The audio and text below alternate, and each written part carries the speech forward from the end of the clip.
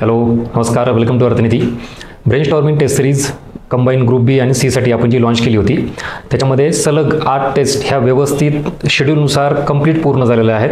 पण आता आयोगाच्या एक्झाम्स डेट बदलल्यात, एक्झाम पुढे गेल्यात आणि त्याच्यानुसार मग आपणही थोडा शेड्यूल रिवाईज केला. नाही तर होतं काय की ॲक्च्युली ज्या गोष्टीसाठी आपण ती टेस्ट सिरीज सुरू केली होती की तुमचा झालेला अभ्यास चेक व्हावा आणि त्याच्यात परीक्षेमध्ये त्याचा फायदा व्हावा. पण आता एक्झामच एवढी पुढे गेली, मध्ये जो गॅप आहे तर टेस्ट आत्ता घेऊन संपून टाकले असते आपण लगेच, पण मग तुमचा पुन्हा अजून अभ्यासात गॅप पडला असता. मग परत तुम्ही अजून टेस्ट जॉईन करणार, हे करणार, याच्यापेक्षा आपण शेड्यूल रिवाईज केलेला आहे. हा पूर्ण शेड्यूल आहे सगळा आपल्या टेलिग्रामला मी टाकलेला आहे बघा. इथं एकूण तुम्हाला आधी हे सांगतो की आपल्या टेस्ट सिरीजचं स्वरूप काय होतं, किती कंप्लीट झाल्यात, किती राहिल्यात. बघा टोटल 10 पेपर होते, त्यात आपण नंतर एक वाढवला. आता टोटल पेपर किती असणार आहेत? 11 पेपर असतील, 11 टेस्ट. त्यामध्ये एक अशी की पूर्ण टेस्ट सिरीजचे आपण 2 पार्ट केले होते. ह्याला आपण पूर्ण ऑल म्हणू. हा एक पहिला पार्ट. Second only comprehensive. म्हणजे बरेच विद्यार्थी असे आहेत की ज्यांनी पूर्ण टेस्ट सिरीज लावली, त्याच्यामध्ये मग टॉपिक वाईज पण आले आणि कॉम्प्रिहेन्सिव्ह पण आले, पण काहींनी फक्त कॉम्प्रिहेन्सिव्ह लावलेली. त्यात पहिला पार्ट हा, त्याच्यामध्ये टॉपिक वाईज हे सगळे पेपर कंप्लीट केले आहेत आपण व्यवस्थित रेग्युलर शेड्यूलनुसार विथ प्रॉपर डिस्कशन. आणि मग त्याच्यानंतर ह्याच्यामधले जे कॉम्प्रिहेन्सिव्ह आहेत हे 2 कंप्लीट केलेले आहेत. आता कॉम्प्रिहेन्सिव्हमधले जे बाकी आहेत ते फक्त 3. म्हणजे ओव्हरऑल 11 पेपरपैकी फक्त 3 पेपर बाकी आहेत. बाकीचे सगळे व्यवस्थित कंप्लीट झालेले आहेत विथ रेकॉर्डेड डिस्कशन. तुम्हाला ते मिळालं असेल, तुम्ही बघितलं असाल. आता ह्या 3 पेपरला हा इथं शेड्यूल 17 नोव्हेंबर, 24 नोव्हेंबर आणि 1 डिसेंबर. म्हणजे एकदमच खूप परीक्षेत तोंडावरही नाही, त्याच्या आधीच तुम्हाला फर्स्ट वीकमध्ये डिसेंबरच्या ते बघून सॉल्व्ह करून डिस्कशनही बघता येईल आणि नंतर काही दिवसांनी लगेच पेपर देता येईल. असा हा इथलचा शेड्यूल. ह्याच्यामध्ये सगळ्यात महत्त्वाचा पार्ट जी आता एक्झाम पुढे गेल्यानंतर हा उरलेला वेळ सर काय करायचा आता टेस्ट दिल्या आणि सगळ्या संपल्या, तर मग पुन्हा काय करणार? आतापर्यंत प्रॉब्लेम काय जाणवला मला सांगतो तुम्हाला. ह्या शेड्यूलचा फायदा काय घ्यायचा? हे रिवाईज झालेलं शेड्यूल. तुम्ही ह्याच्या आधी ही परीक्षा होणार आहे म्हणून अभ्यास केला, नुसता अभ्यास नाही तर बऱ्याच जणांचं चांगलं रिव्हिजन पण पडलेलं आहे त्याच्यावर. आणि आता परत वेळ भेटल्यानंतर परत अजून अभ्यास करणार, रिव्हिजन करणार. तर हे करण्याच्या अगोदर आता आपली जी काय टेस्ट सिरीज दिलेली आहे, हे सगळे जे काही पेपर झालेले आहेत ह्याच्यातून तुम्हाला जे रिपोर्ट बनवा म्हणलं होतं मी, एक टेस्ट दिल्यानंतर त्यातही विशेषतः कॉम्प्रिहेन्सिव्हचे 2 पेपर झाले बघा. आता बाकी सोडून द्या, टॉपिक वाईजबद्दल आपण भरपूर बोललो, तो मोठा सगळा आवाका आहे. फक्त कॉम्प्रिहेन्सिव्ह जर बघितलात तर ही 2 पेपर झालेत कॉम्प्रिहेन्सिव्हचे. दोन्हीमध्ये आपल्याला जो काही तुम्हाला इथं स्कोर आलेला आहे, या स्कोरवरून तुम्ही तुमचा रिपोर्ट बनवणं अपेक्षित होतं. आणि त्या रिपोर्टमध्ये मी सांगितलं होतं की काय करायचं होतं, टोटल अटेम्प्ट किती केला तुम्ही, त्या अटेम्प्टपैकी किती बरोबर आले तुमचे करेक्ट, त्याच्यानंतर किती प्रश्न तुमचे चुकलेत. आणि मग एवढ्यावरच आपण स्कोर काढतो, तेवढा थांबायचं नाही. चुकलेल्यामध्ये पण काय करायचं होतं, किती प्रश्न तुमचे कन्सेप्टवरचे चुकलेत, किती प्रश्न तुमचे फॅक्ट्सवरचे चुकलेत, किती प्रश्न तुमचे सिली मिस्टेक्समुळे चुकलेले आहेत. असं सगळं आठवतंय का इन डिटेल? ती पूर्ण शीट पण दिलेली आहे, ती पण टेलिग्रामवर अवेलेबल आहे आपल्या अर्थनीतीच्या टेलिग्राम चॅनलवर. ती प्रिंट करून घेऊ शकता. हा रिपोर्ट सगळा व्यवस्थित तुम्हाला दिलेला आहे, तर तो भरणे अपेक्षित आहे. आणि आता इथं ह्या रिपोर्टवरून काय लक्षात येतं, तुमचा स्ट्रॉंग एरिया आणि वीक एरिया. मी नेहमी तुम्हाला सांगतो की एवढ्या कॉम्पिटिशनमध्ये हाय कट ऑफमध्ये टिकायचं असेल तर आधी स्वतः आपण किती अभ्यास केलेला आहे, कुठला स्ट्रॉंग एरिया आहे, कुठला वीक एरिया आहे, हे जर फाइंड आउट नाही केलं तर आपल्याला काय करायचं हे कसं कळणार आहे? म्हणजे आता जो उरलेला वेळ आहे, एक्झाम पुढे गेलेली आहे आणि मग टेस्ट अजून द्यायच्यात, भरपूर दिल्या आहेत ऑलरेडी आणि अजूनही पुढे द्यायच्याच आहेत. पण इम्प्रूव्हमेंटच्या दृष्टिकोनातून काही प्रयत्न करतोय का, तो इथं सगळा ह्या रिपोर्टच्या आधारावर तुम्हाला करता येईल. आणि मग इथं जर एकदा कळालं की काही टॉपिक्स हे अजून वीक आहेत, काही एरिया अजून वीक आहेत, त्याच्यावर काम करा, त्या संधीचं सोनं करा. नाहीतर फक्त वाचन, फक्त रिव्हिजन, तेच चाललंय. ॲप्लिकेशन बेस्ड क्वेश्चन जमत आहेत का, इंटरलिंकिंगचे क्वेश्चन जमत आहेत का, किंवा फॅक्ट्सबद्दल किती अलर्टनेस केला आपण. टेलिग्रामवर तुम्ही बघा क्वेश्चनला कसा रिस्पॉन्स मिळतोय. इव्हन टेस्ट सिरीजचे पण प्रश्न, त्याच्याबद्दल खूप फीडबॅक आले. Thank you so much for your response एकंदरीत. आणि प्रत्येक गोष्टला PYQचा बेस आहे आपला. म्हणजे जोही प्रश्न मी घेतला आहे त्याला लगेच PYQ. हा का घेतला, मी म्हणतोय म्हणून फॉलो करू नका असं वारंवार सांगतोय. आणि बऱ्याच जणांना आपले प्रश्न अवघड वाटतात, जड जातात, झेपत नाहीत, किंवा सर असं कुठं असतंय का, त्यांच्यासाठी तो डेमो आहे की बाबांनो टेलिग्राम आणि यूट्यूब एकदा नीट फॉलो करा. एक ना एक गोष्ट PYQचा बेस घेऊन तुम्हाला सांगितलेली आहे की हा प्रश्न, हा ऑप्शन, असा पॅटर्न मी का फ्रेम करतोय. आता तुम्हाला ते येत नाही हीच तर मुळात अडचण आहे ना. आपण अभ्यास करताना ह्या गोष्टी एवढ्या कधी सिरियस लेवलला घेतल्याच नाहीत विचारात, त्यामुळे आपल्याला ते जड जातं, स्कोअर कमी येतं. त्याला पूर्ण सगळा आवाका. आणि मला वाटतं टेस्टच्या पहिल्या लेक्चरला तर अजिबात मिस करू नका. जिथं कुठलाही पेपर घेतला नाही मी, कुठलाही क्वेश्चन घेतला नाही, तर काय केलेलं आहे, पूर्ण आयोगाचे पेपर्स समोर आणलेले आहेत तुमच्या, कंबाईन ग्रुप बी आणि सीचे प्रीचे.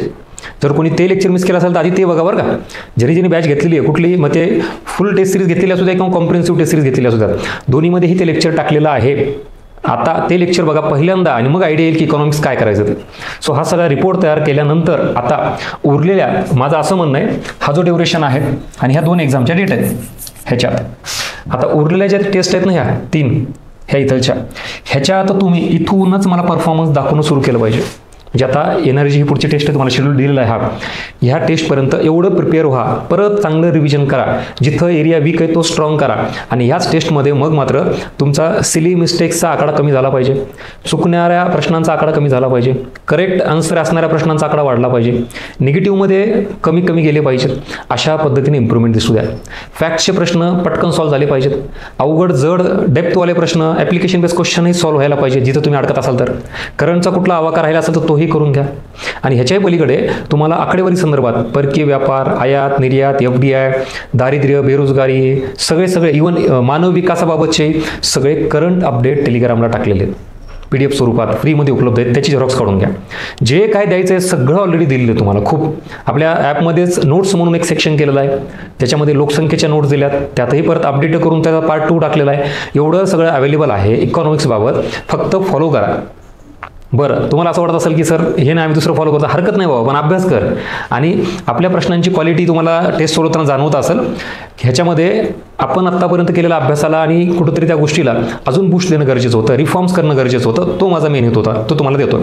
सो ही टेस्ट तुमची इथं पहिली असेल की ज्याच्यामध्ये आपण स्वतःचा अभ्यास चेक केला पाहिजे. आणि मग इथं हे झाल्यानंतर 4थी आणि 5वी मात्र पूर्ण आउट ऑफ ज्याला स्कोअर म्हणतो आपण तो आलाच पाहिजे. तिथं पुन्हा असं नको सर हे राहिलं ते राहिलं आणि अशी चूक झाली नाही, मला वाटलंच नाही, जर तर नाही. कारण एवढा मोठा आवाका कव्हर केला. बघा ना टेस्ट किती झाल्यात, टोटल 11 टेस्ट आहेत. हे इथून आता जे पहिल्यापासून आहेत हे टॉपिक वाईज एवढे प्रश्न, एवढं सगळं, म्हणजे शासकीय योजना, लोकसंख्या हा सुद्धा आपण सेपरेट टॉपिक केला आहे. मला नाही वाटत ह्याच्या आधी टेस्ट सिरीजवर एका सब्जेक्टवर एवढं काम केलं आपण कधी. ठीक आहे, म्हणजे याच्यावर एक सेपरेट टेस्ट बनवली मी. बरं ते जाऊ द्या. अजून सगळ्यात महत्त्वाचा प्रयोग काय केला आपण, ही जी कॉम्प्रिहेन्सिव्ह टेस्ट आहे ही ओनली फॅक्ट्सवर, म्हणजे तुम्ही इथं कमी पडताय म्हणून मी तो एरियाच घेतला डायरेक्टली. ती टेस्ट अशी आहे की ज्याच्यावर तुम्हाला कन्सेप्टवर एकही प्रश्न नाही, सगळे फॅक्ट्स मला तुमचे परफेक्टच पाहिजेत म्हणून ती टेस्ट तयार केली. म्हणजे मी जर एवढी मेहनत घेऊन काम करत असेल तर तुम्हाला आता फक्त काय करायचं आहे, ह्याच्यानुसार तुमचा प्लॅन बनवायचा आहे आणि अभ्यास करायचा आहे, एवढंच आहे. बाकी ज्याला फॉलो करायचं ते करा, नसेल तर इट्स युअर चॉईस. काही तज्ज्ञ आहेच ज्याला असं वाटतं की नाही आपलं आपलं चालू व्यवस्थित चालू, ते बाबा हरकत नाही, सांगायचं काम आहे माझं हे. आणि ह्या सगळ्या गोष्टी इथं येस ह्या रिपोर्टनुसार तुम्ही करणं गरजेचं आहे. आणि बाकी टेस्ट सिरीजचे जे क्वेश्चन्स आहेत आपले हे completely combine pre, group B आणि सी, सिलेबस आणि PYQला कम्प्लिटली धरून आहेत. ह्याच्यामध्ये हे सगळे मुद्दे हे आयोगाच्या पॅटर्ननुसार प्रश्नांचा दर्जा आणि काठिण्य पातळी, उगाच हे टाकायचं म्हणून टाकलेलं नाहीये. पेपर दिल्यानंतर कळतं की या शब्दाला काहीतरी खरंच अर्थ आहे इथं टाकण्याला. PYQच्या सखोल अनालिसिस पण एक ना एक गोष्ट वाचताना जाणवते. आणि हे अंडरस्टँडिंग, ॲप्लिकेशन आणि को रिलेशनवाले प्रश्न, परत इंग्लिश कीवर्ड टाकलेले आहेत. हां, ही सुद्धा कॅटेगरी केलेली आहे. काही एकदमच इझी मीडियम आहेत, काही हार्ड आहेत, काही आउट ऑफ बॉक्सवाले प्रश्न आहेत. म्हणजे मला तुम्हाला इथं प्रयोग करून घ्यायचं तुमच्याकडून की काही प्रश्न आहेत जे की सॉल्व्ह करायचे नाहीत, मग कुठले सॉल्व्ह करायचे आणि कुठले सॉल्व्ह नाही करायचे हे ठरवता आलं पाहिजे तुम्हाला. डूज अँड डोंट्सवाले फॅक्ट्सवर टेस्ट आहेच. शासकीय योजना, लोकसंख्या, करंट सगळं मॅक्झिमम हे सगळं द्यायचा प्रयत्न केलेला आहे. आणि अशा पद्धतीनं बघा या ह्याच्यातून 11 टेस्टमधून एका टेस्टला 60 प्रश्न आहेत, असे 650 प्रश्न एवढे क्वालिटीचे हे तुमच्या हाताखालून जाणार आहेत. आणि त्याचा अप्रोच डेव्हलप होणार आहे. आणि मग ह्याच्या पलीकडं काय जाणार आहे. आणि मी नेहमी सांगतो 1 किंवा 2 प्रश्न आयोगात जाऊ द्या आउट ऑफ सोर्स, पण बाकीचे तर आहेतच. सो ह्या रिवाईज शेड्यूलचा ह्याचा फायदा घ्या, ह्या संधीचं सोनं करा. नाही तर मग वेळ असाच निघून जातो आणि काहीच नाही केलेलं आहे. अजूनही वेळ गेलेला नाही आहे. अभ्यास खूप झाला असेल तर टेस्टवर जास्तीत जास्त फोकस करा. आधी झालेल्या टेस्ट आहेत त्या रिवाईज करा. बरं, व्हॅलिडिटीचा काही इश्यूज नाही, व्हॅलिडिटी ऑलरेडी आपण 5-6 महिन्याची दिलेली आहे तुम्हाला, त्याच्यामुळे त्याचाही काही इश्यू नाही, कुठलाच काही अडचण येणार नाही आहे. फक्त टेस्ट प्रिंट घ्या, सॉल्व करा, झेरॉक्स मारता येते पेपरची आपल्या, तर प्रिंट काढून पुन्हा ते रिवाईज करा आणि एक ना एक पॅटर्न आपल्या टेस्टचा तो कसा आहे समजून घ्या आणि त्याच्यानुसार रिव्हिजन करायला सुरुवात करा. तुम्ही कुठं कमी पडताय तो रिपोर्ट परत एकदा तपासा. बऱ्याच जणांचे मागचे पेपर सॉल्व्ह करायचे राहिलेले आहेत, काही जणांचे डिस्कशन बघायचे राहिलेले आहेत, बरोबर, पेपर जवळ आला म्हणून ते परत तसं ठेवणार होतात. पण ह्याच्यात आमचा फायदा हो, तुम्ही काय पैसे देऊन नका बघू, नका सोडू, झालं ना, तसं नका करू. या टेस्टचा, तुमच्या पैशाचा, तुम्ही दिलेल्या वेळेचा फायदा करून घ्या. म्हणजे तुमच्या सगळ्या रिसोर्सेसचा जेवढे काही हे करायचं आहे, रिवॉर्ड द्यायचा होता, त्याची मेहनत आम्ही तुमच्यामार्फत देतोय, तुम्ही त्याचा फायदा घेऊन परीक्षेत रिफ्लेक्ट दाखवलं पाहिजे. अजूनही संधी गेलेली नाही आहे, या संधीचं सोनं करायचं. वारंवार का सांगतो, इतर काही जण निवांत बसले असतील, त्याचाच फायदा तुम्ही घ्यायचा. आणि हे सगळ्यात अवघड काम आहे, जड. अभ्यास करणं सोपं आहे का, वाचायचं त्याला एफर्ट्स लागत नाहीत काय, म्हणजे डोक्यात फक्त ढकलायचं, पण त्या डोक्यात घेतलेलं प्रोसेस करायला जड जातं. पेपर सॉल्व्ह केल्यानंतर खरं कळतं, स्कोर डाऊन आला की मग वाटतं असं झालं तसं झालं, पण पेपरमध्ये जाऊन प्रयोग होतं. ह्या सगळ्या गोष्टी जर टाळायच्या असतील तर टेस्ट सिरीजला सिरियस घ्या आणि टेस्ट सिरीज दिल्यानंतर त्याचं जे ॲनालिसिस आहे त्याला जास्त सिरियसली घ्या. नाही तर फक्त टेस्ट देतात, ॲव्हरेज स्कोर काढतात आणि सोडून देतात, पुन्हा त्या पेपरकडे बघतही नाहीत. तसं करू नका, ठीक आहे. सो अपडेटेड शेड्यूल आहे आणि मग त्याच्यानुसार तुम्ही तयारीला लागा. भेटूया परत पुढच्या आता उरलेल्या टेस्ट आणि त्याच्या डिस्कशनसोबत. थँक्यू सो मच आणि ऑल द बेस्ट. अभ्यास व्यवस्थित करा. थँक्यू.